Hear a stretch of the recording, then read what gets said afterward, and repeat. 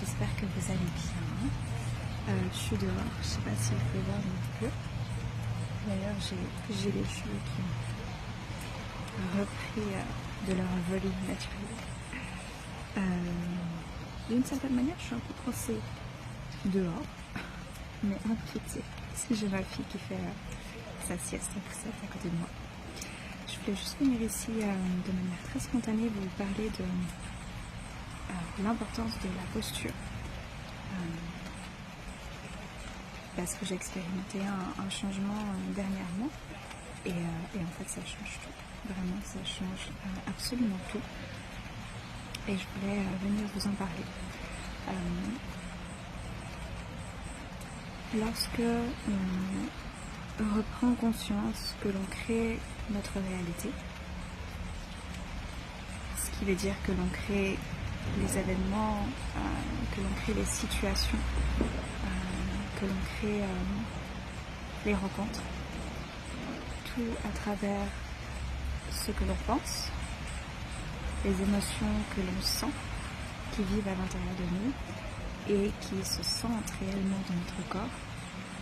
Tout ça en fait va envoyer une vibration et cette vibration va être concrètement une information qui va s'envoyer bien plus loin et comme le corps humain est un aimant, il est un aimant autant pour le positif que pour le négatif et je voulais venir vous partager justement à quel point votre posture est importante dans le sens que à partir du moment où vous prenez la responsabilité de votre vie, que vous prenez la responsabilité de vos actes, la responsabilité de vos pensées, la responsabilité de vos émotions et encore très important, la responsabilité de vos réactions à ce que vous vivez, ce qui se présente à vous en fait sous diverses formes mais à l'extérieur automatiquement. Votre capacité à accueillir ce qui s'en vient et également à recevoir un enseignement, un apprentissage, une connaissance, avoir un déclic, avoir une prise de conscience en dépend réellement. Et du coup voilà, je voulais venir vous partager ça parce que peut-être que vous le savez et c'est super si vous êtes déjà consciente de ça. Mais peut-être que vous ne le savez pas. Et je pense que là, il est maintenant temps d'arrêter de subir sa vie et qu'il est temps d'oser vivre pleinement sa vie.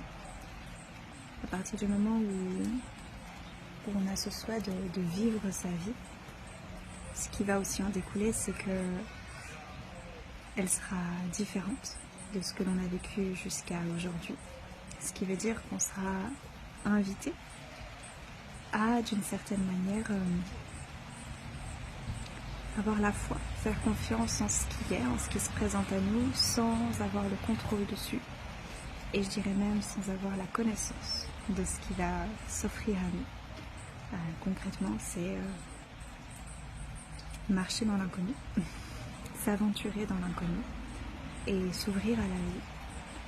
Bien trop souvent, on est pris au piège, en fait, dans une vie que l'on peut contrôler, que l'on peut prédire. Et bien souvent on se rend compte aussi qu'on a plein de situations qu'on aimerait pouvoir contrôler mais que ça ne fonctionne pas. Et du coup ça nous met en colère. Du coup ça nous crée de la peur, de l'anxiété, du stress. Et même ça peut créer des peurs très ancrées parce que ça peut nous mettre en contact avec de vieilles blessures, de vieux traumas.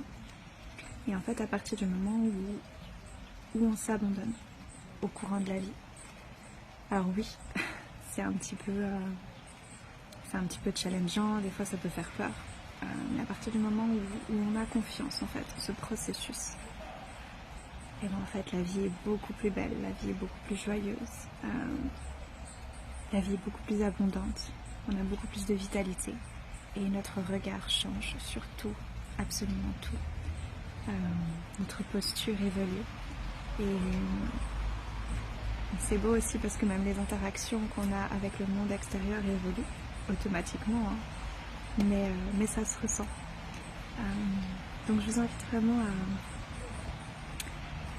à oser vous aventurer dans l'inconnu, à oser peut-être commencer par ne plus avoir le même rituel du matin, inclure quelque chose ou supprimer quelque chose et y mettre quelque chose de différent.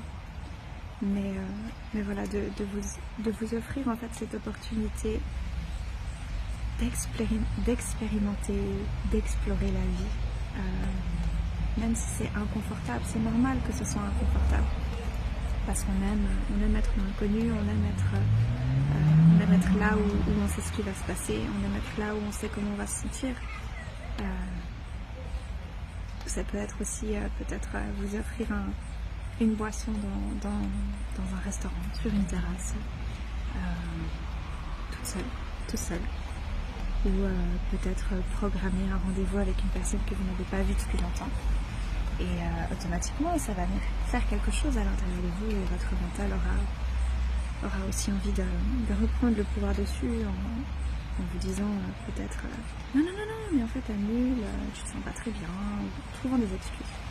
Mais je vous invite vraiment à aller explorer, à vous offrir en fait des petits moments, des petites parenthèses comme ça, en dehors de votre routine du quotidien. Et vous verrez à quel point votre posture va changer, votre regard sur le monde va changer, votre regard sur vous-même va changer, et comment vous vous sentirez aussi beaucoup plus en vitalité, beaucoup plus dans la joie, dans le cœur, connecté à votre intuition. Et juste être présent et présente à la vie. Vous verrez, c'est magnifique. Donc je vous invite à faire ça. Bien évidemment, si vous vivez actuellement une période qui est très difficile, je pense notamment à peut-être un système nerveux qui est un petit peu déréglé, où vous êtes constamment réactivé par des émotions, où il y a